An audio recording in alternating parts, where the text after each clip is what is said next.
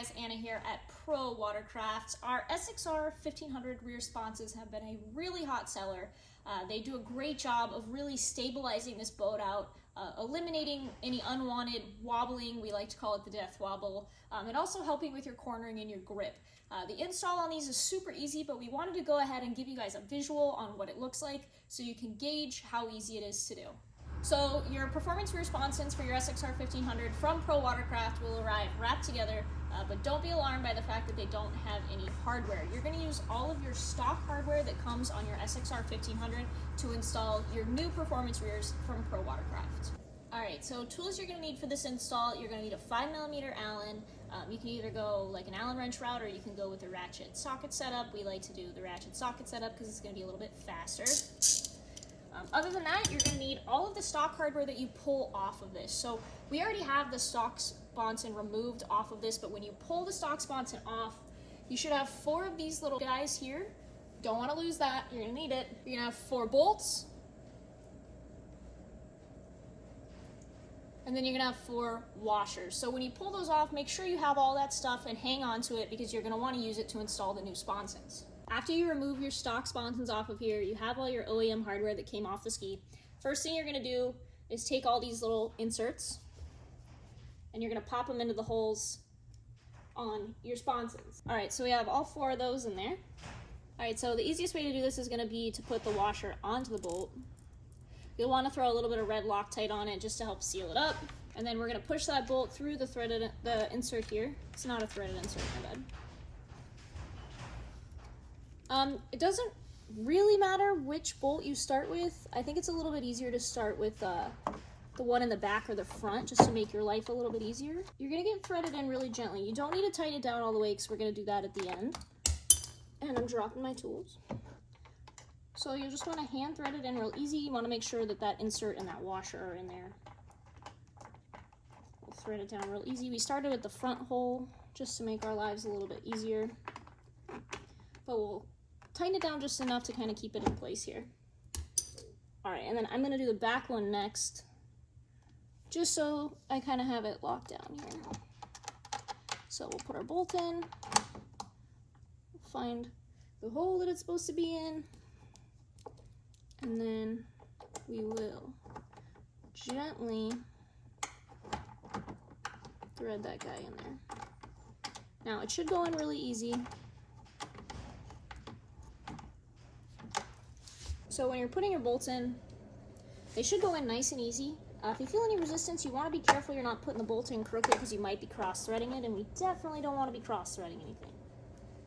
So if it feels like it is, kind of check your sponson, how it's lined up here, because you might have it a little bit crooked, and that might be why the bolt is trying to cross-thread itself, and we definitely don't want that. So you'll thread them all in nice and gentle, and then once those are all hand-threaded in, then you're going to want to come back and get those snug down. Alright, so I just finished hand snugging them all down. I'm going to get my ratchet out, and then I'm going to finish tightening these down. Make sure you remember righty-tighty, lefty-loosey, because I always forget.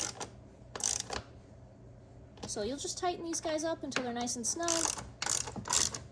You don't really need to torque on them too hard. Maybe get your really muscular friend to help you out. That's usually what I have to do, because I do have little noodle arms. So you just want to make sure these are snug.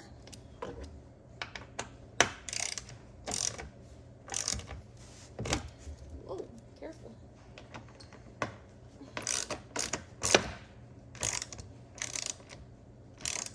Now, it's important with all handling components, even if they're not Pro Watercraft ones, you want to keep an eye on them over time. So after you install them, after your first ride, we definitely recommend double checking those bolts, making sure that they're snug.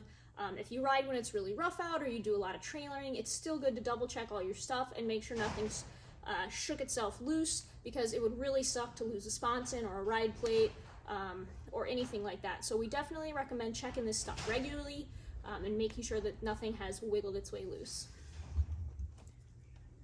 We have noticed from hole to hole that sometimes the way the sponson lines up against the hole can be a little bit different, and some of that's just from the factory. The hole may be shaped a little bit different from ski to ski. With that being said, if that's something that bothers you, it's not going to bother the performance of the sponson, but if it is something that bothers you, you can pick up some of our silicone and run a bead along the bottom, and then wipe it up to kind of smooth out that edge underneath if you want to.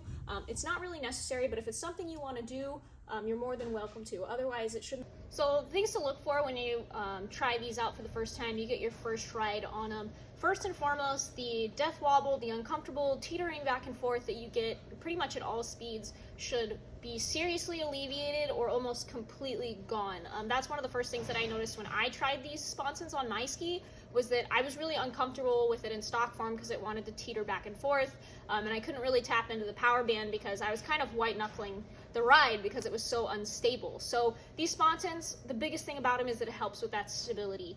This ski has a really high center of gravity because the motor is really tall, so this kind of helps combat that.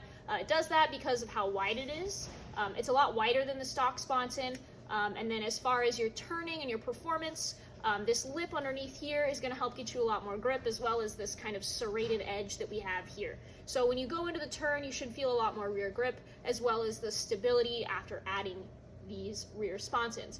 These sponsons, as well as a lot of other great stuff that we have for the SX-R 1500, are all available on the ProWatercraftRacing.com website. And if you have any other questions about making your SX-R 1500 or your stand-up watercraft shred better, feel free to reach out to us. We're only a phone call or an email away.